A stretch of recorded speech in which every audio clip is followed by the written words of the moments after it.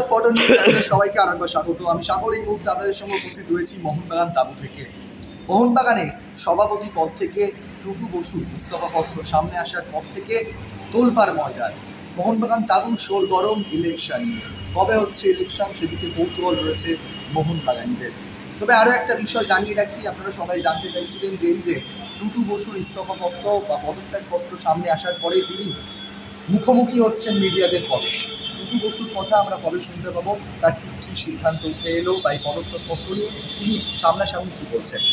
আগামীকাল মানে রাত পোহালেই টুটু বসু নিজ ভবনে একটি প্রেস কনফারেন্সের আয়োজন করেছেন, সেখানে সাংবাদিকরা উপস্থিত থাকবেন, সাংবাদিকদের মুখোমুখি হবেন তিনি, সেখানেই কী বলবেন টুটু বসু। আগামীকাল সন্ধ্যে 6:30টায় টুটু বসুর নিজ বাসভবনে এই প্রেস কনফারেন্স ডাকা হয়েছে। তবে আরও একটা আলোচনার বিষয় যে টুটু বাবু কি তাহলে সৃঞ্জয় বসুর পক্ষে এখন সেদিকে রয়েছে, কেননা মোহনবাগান যেটা শুরুতেই বললাম ইলেকশন নিয়ে, এখন মোহনবাগান তাঁবু সরগরম। তবে একটা উল্লেখযোগ্য ঘটনা, 29শে জুলাই মোহনবাগান তাঁবুতে শেষ কোনো অনুষ্ঠানে এসেছিলেন টুটু বসু, তারপরে আর মোহনবাগানের কোনো অনুষ্ঠানে টুটু বসুকে সেভাবে দেখা যায়নি।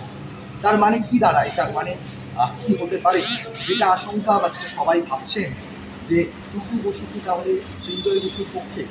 তো সব কিছুর অবসান ঘটতে চলেছে আগামীকাল রাত পোহালেই নিজ বাসভবনে যে প্রেস কনফারেন্স রেখেছেন টুটু বসু, সেখানে কী আলোচনা করা হয়, তিনি কী বলেন সাংবাদিকদের সামনে, সেগুলোই এবার জানা যাবে। আপাতত এটাই ছিল মোহনবাগান নিয়ে গুরুত্বপূর্ণ আপডেট।